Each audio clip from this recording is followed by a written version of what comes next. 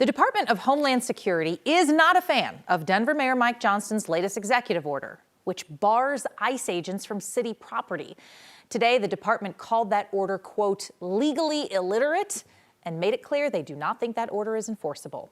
The executive order prohibits ICE from using Denver city-owned property like buildings, parks, rights of way as a staging area or processing location or operation bases for civil immigration enforcement. There are exceptions if agents have a valid judicial warrant or a court order.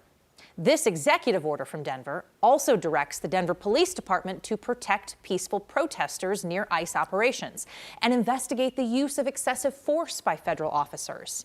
A DHS spokesperson says local officials do not have the authority to stop ICE from carrying out immigration enforcement operations on public property. Denver's police chief and mayor both defended that order today. Local police officers cannot and would not legally obstruct or interfere with lawful immigration enforcement actions.